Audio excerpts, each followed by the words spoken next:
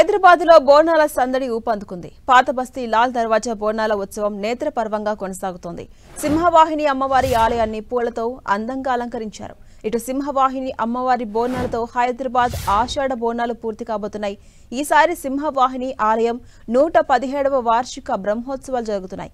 ఈ బోనాల జాతరకు 15 నుంచి 20 లక్షల మంది వరకు భక్తులు వస్తారని అంచనా వేస్తున్నారు ఆలయ నిర్వాహకులు.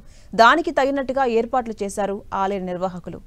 సింహవాహిని ఆలయంతో పాటు పాత బస్తీలోని 28 ప్రధాన దేవాలయాలతో పాటు మరొక 330 ఆలయాలను శోభాయమానంగా అలంకరించారు. తెల్లవారుజామున 3 గంటలకు లాల్ దర్వాజా సింహవాహిని అమ్మవారికి జల్లకడవ నిర్వహించారు. 4 గంటలకు బలిహరణ, 5:30కు దేవి మహాభిషేకం నిర్వహించారు. అనంతరం భక్తులకు దర్శనానికి అనుమతించారు. ఇక సాయంత్రం శాంతి కళ్యాణం, రేపు పోతరాజు స్వాగతం, రంగం కార్యక్రమాలతో పాటు లక్షలాది మంది భక్తజనం మధ్య ఘట్టాల ఊరేగింపు నిర్వహించబోతున్నారు.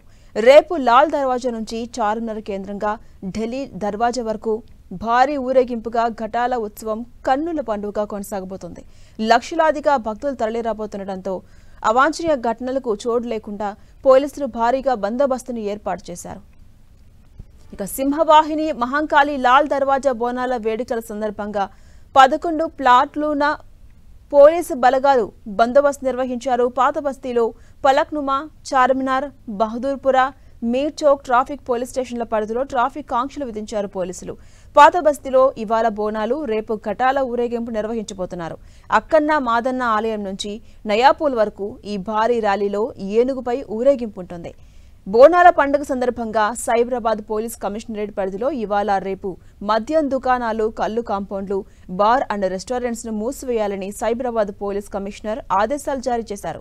అంతేకాకుండా పబ్బులు, క్లబ్బులు, స్టార్ హోటల్లో మద్యం సరఫరా కూడా నిలిపివేస్తున్నట్టుగా ఆదేశాల్లో స్పష్టం చేశారు. నిబంధనలకు విరుద్ధంగా ఎవరైనా మద్యం, కల్లు విక్రయాలకు పాల్పడితే చట్ట ప్రకారం కఠినమైన చర్యలు తీసుకుంటామని ఆయన హెచ్చరించారు.